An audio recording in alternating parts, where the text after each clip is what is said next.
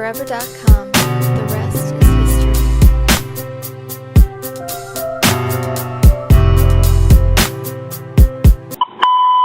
On unit 1033, pay 1033 at Mission and the 15 reference 1 at gunpoint. Interest on 1111. 1044. Is dead. Breathing, she's not breathing, she's dead, please God, please God, please God.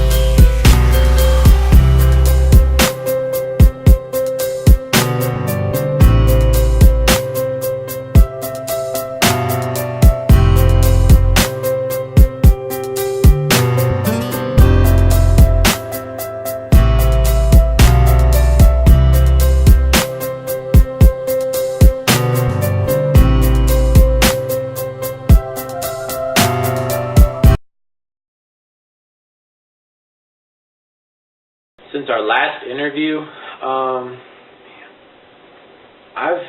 I've been good. I've been good. Good is good for me. Good is great for other people. Good for me is great for other people. There's not a lot of times that, I can honestly, I have to be truthful on this interview when we talk. And, people ask me, day by day, how you doing, Blitz? How you doing, Joe? I put on an act. I'm not gonna lie. I'll be like, I'm good. I'm doing real good. And it's just, I don't like people who I don't know asking questions. I put up a huge wall for people, whether I know you or not. And it's just a wall that it's hard for me to get through, and very hard for people on the other side to get through. But I've been good. I've lost a few friends, not like died, but I've only lost one, but friends that just left my life. But I learned from the situation. There's a reason that people are in your life. There's a reason why there's the ones that are in your life that stay in there. There's a reason. God has given them a reason, and they are meant to be in your life for the time that they are, whether they're there for a long time or they're there for just a little bit. There's a reason God sent them for that moment or that period of time. So I've definitely opened my eyes a little bit and realized that why. But I've been good. I'm gonna be honest. Most of the time I've been good.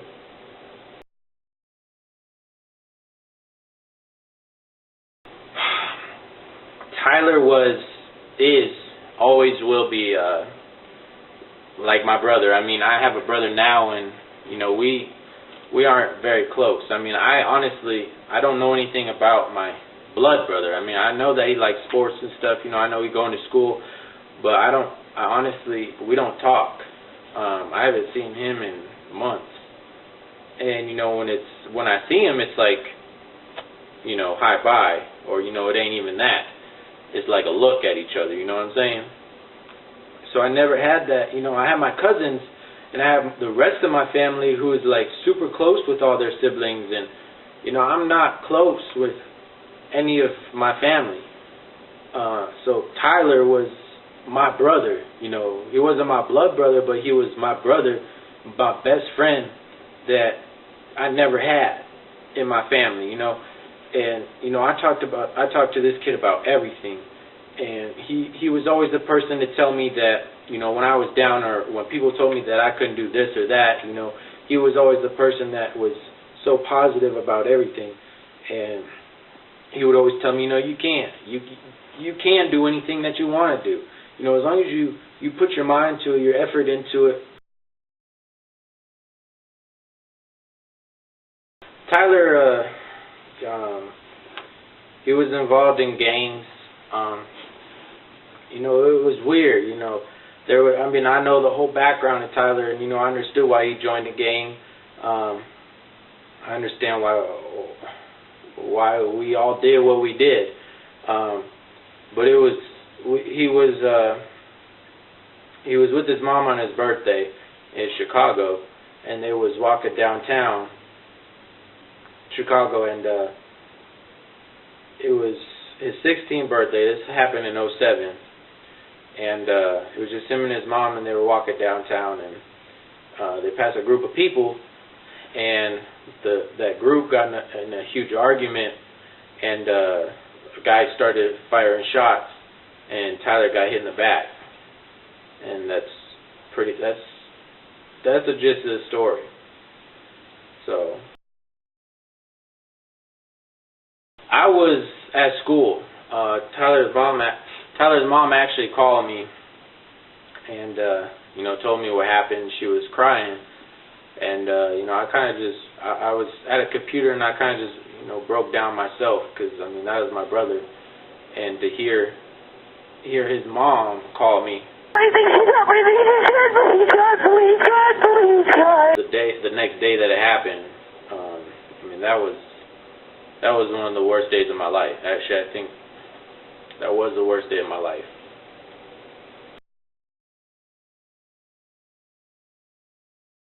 I was shut down. When she told me, I lost complete feeling in my body. I was typing, I couldn't feel the keys. I would walk, and I would feel so cold, but there was no breeze. I was inside, and just life in general. Nothing had meaning to it anymore. Colors were like nothing. I barely tasted food when I ate.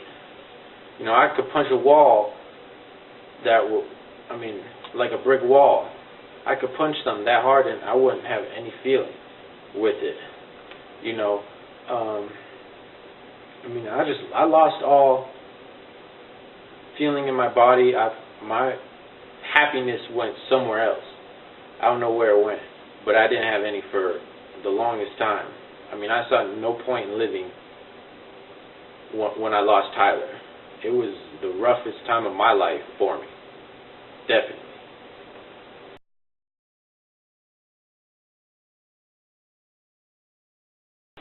We are sitting in, this is the building that I did attempt suicide in.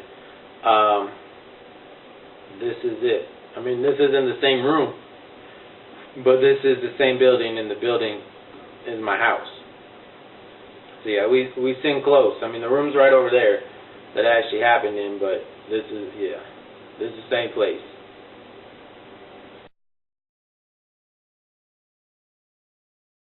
There was a lot that happened that night, actually. I remember like it was just yesterday. This was a little bit after Tyler died. It wasn't directly after it. This was like feelings and days and days and days of feelings and thoughts built up through a period of days. And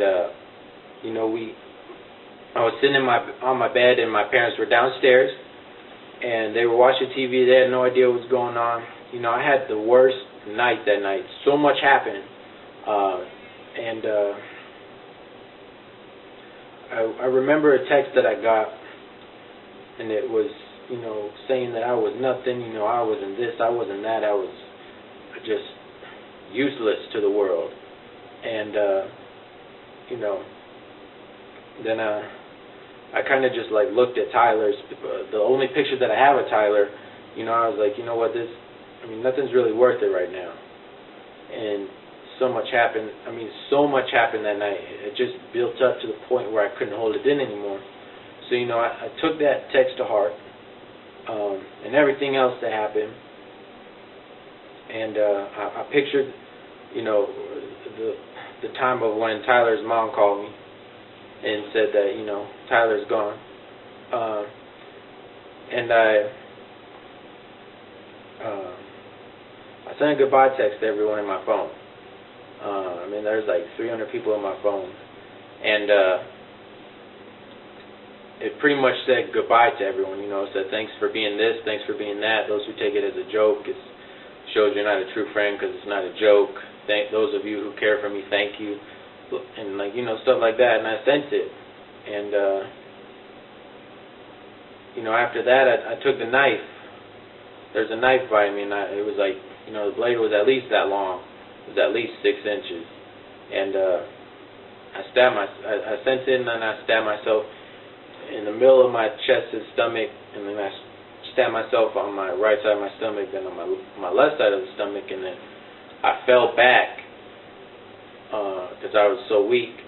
And the fourth time it was an accident because I fell back, and my body kind of just fell back, and my hand just fell on my chest, and I stabbed myself again. So, and I was laying in my room, and my parents had no idea what I had just done.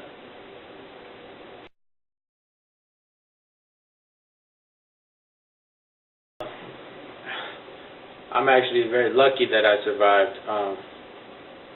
The hardest part was after I sent the text to everyone in my phone, only one person replied. Only one fucking person replied to that text.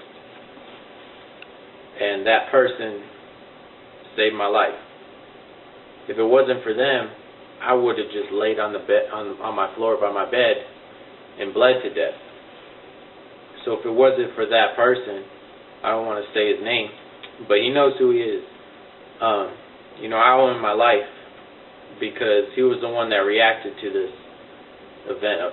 And if it wasn't for him, my parents would have walked up to say goodnight to me, and I would have literally been asleep forever.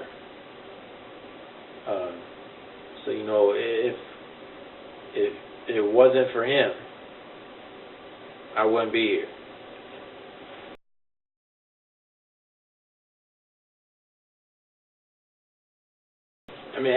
Everything changed after this night. Everything with me, with my family, my friends, everything. The people that got the text, but didn't reply. They kind of just looked at me like the days I saw them. Like I was crazy. My parents looked at me like, holy shit, I didn't know you were like this. My whole family, my family, they're pretty happy. I've never seen them so, I've never seen a person so, or people in general, so sad and so confused, so down, and just so they felt so guilty, all at the same time. And that's how my family looked at me every time they saw me after this. They wouldn't let me out of their sight for a long time. And, they still, here and there, but, it almost hurt me to see them like that than the feeling of me stabbing myself. Because, like I said, me and my parents and me and my family get along, but not me and my parents. Definitely, my brother and I, we have our moments, but I don't know, I never knew they cared that much. If I would have known that night, I wouldn't have done it. Or at least I would have maybe, thought twice about it, but they've never shown me that care. They never shown me that, they love me. We still to the point where if they say I love you, I can't say it back because, I've never had that relationship with my parents. I don't know, I just, I don't want to lie to them and say I love them. I love them because they're my parents, but I don't, I can't say it to them. That's just, that's how we are. But it's definitely changed a lot. It's changed my views on life. I see things a little differently, a lot different than other people. I still kind of wear, I do wear a mask about every day, hiding how I truly feel inside. People ask me how I am today, I still say good, even if I'm not good. But, it's really, if anything, it's really helped me be thankful for the great things that I do have in life. It's helped me be thankful for every day that I do have in life, because you're not promised tomorrow. You're not even promised the next minute or second of your life. So while you live life, at least enjoy that moment, no matter what it is. I do try, but then I have I mean, no one really knows what goes on in my head. But I've definitely changed since this has happened.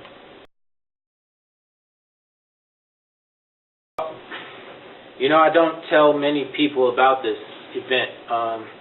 You know, it's something I feel like, I mean, I've watched, when I was in high school and in junior high, we would have these, like, assemblies, and it would be about, like, suicide, for example. And, you know, the area I live in now is like a bunch of rich kids. I mean, like, the school I went to was a bunch of rich kids. My family was never rich, but that was just a school that was closest near my neighborhood for me to go to. So, you know, I went to those schools, and when we would you know, watch stuff like that for assemblies or in class or something about a kid like who killed himself or, you know, attempted suicide, you know, everyone who was in the assembly would laugh. Like, why the fuck would you do that? Like, you fucking stupid. Stuff like that. And, you know, it's hurtful. You know, people don't really understand the true seriousness of anything that can run through a depressed person's mind. And it's people like that who start up the spark of depression, you know. Is being surrounded by people like that. So I was really nervous, you know, who could I go to when that happened, because I was surrounded by that type of people. Like, I felt like everyone would judge me off of that, just watching them laugh at someone else who attempted suicide. So, you know, I was very, very picky with who I would tell that to.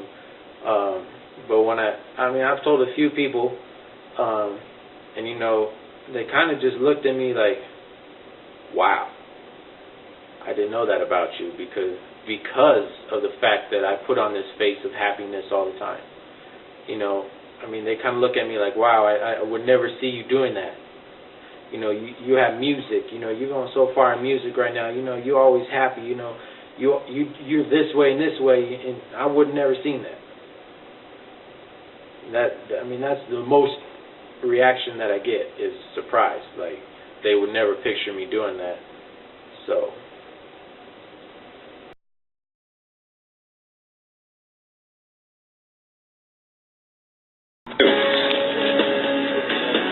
Chicago police narrow their search. The community comes together to take a stand against the violence that took his life. Here is the latest on this investigation. Police held a press conference to say several people have come forward with information, and so detectives have narrowed their search down to one young man from the neighborhood, and just outraged and angry as they try to make sense out of something that is so senseless. Here so far in the city of Chicago, through the end of September, there were 50 more murders in the city than during the same time last year. Residents of some high-crime neighborhoods say they don't need to hear those statistics to know that violence has increased. ABC 7's Charles Thomas joins us with more. Charles? Ron, Cheryl, the way the police department numbers break down, someone is murdered in Chicago once every 17 hours. And in some city neighborhoods, homicide is becoming a way of life. Man, that clip. Man, seeing that clip it'll never change anything.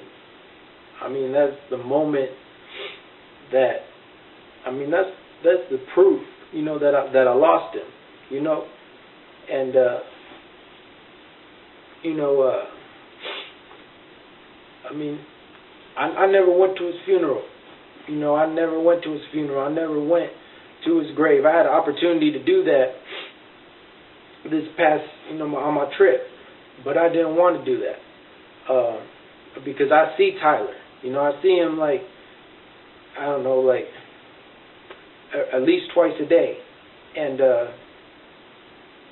you know, no one else sees him.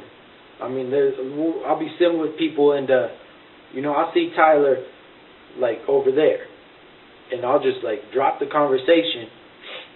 And I'll just like zone out of everything, and I'll stare at him because, I mean, that's him. But if I get up and I go to him, he's gone. And, you know, I didn't want to go to his grave. You know, I didn't want to go to his funeral because I see him. And me seeing him gives me hope that, you know, he's still here. So if I went to his funeral, you know, I went to his grave, I would, you know, people say that, you know, this is closure for you, and it's not closure for me. You know, I don't want this to be closed. You know, I don't want to see him really dead, because I have him in my eyes still here. You know, I still see him. You know, I don't want to see him down there. I want to see him right there. And seeing that tape, you know, rehearing that news shit, you know, it kills me. I mean, I never would have thought my brother would have had his picture, you know, on the news. I mean, it's hard. It's definitely hard. I mean, it's probably, yeah, it's as hard as the first time I heard it, for sure.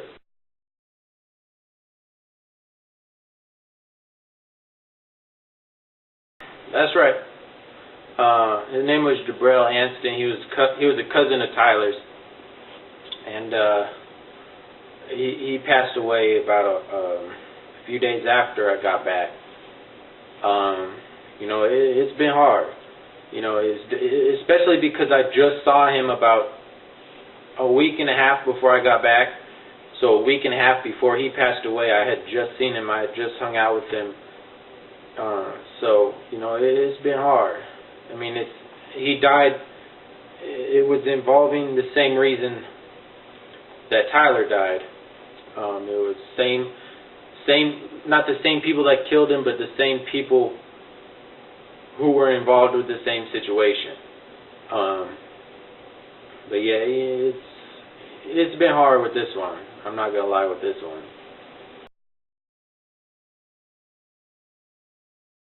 He was 19. He's like 2 months younger than me. So he was 19. His birthday was in August. I mean, I've been doing my best. I mean, I can't say it's been easy for me. I mean, I walk around definitely with a mask on, you know, hiding how I'm really feeling. But I mean, there's times where, you know, people can see it, you know, that Blitz, you know, you don't look like you're doing good. But I feel like I'm actually putting out that I'm happy, you know. But, you know, there's times where people catch my mask, you know, where my mask is like fading. But I don't know. I mean, it's hard. So, I mean, my mom said that the last few days I've looked like there's no soul in my eyes. She said there's no feeling in your body. She said you walk around like you have nothing to live for. And she says that when she looks at me, she said that I look empty. That when she sees me, there's nothing here. And so, I mean, that kind of got me a little bit like, wow. I mean, this is coming from a girl, from my mom. I mean, who is the easiest person to put a mask on in front of and act all good. I mean, me and my parents aren't that close, and it's sad. But you know, I deal with it. So it was hard hearing that from her, saying, you know, you had no soul in your eyes. You know, that when she looks at me, that I'm empty. You know, that it was hard, and I don't know. It's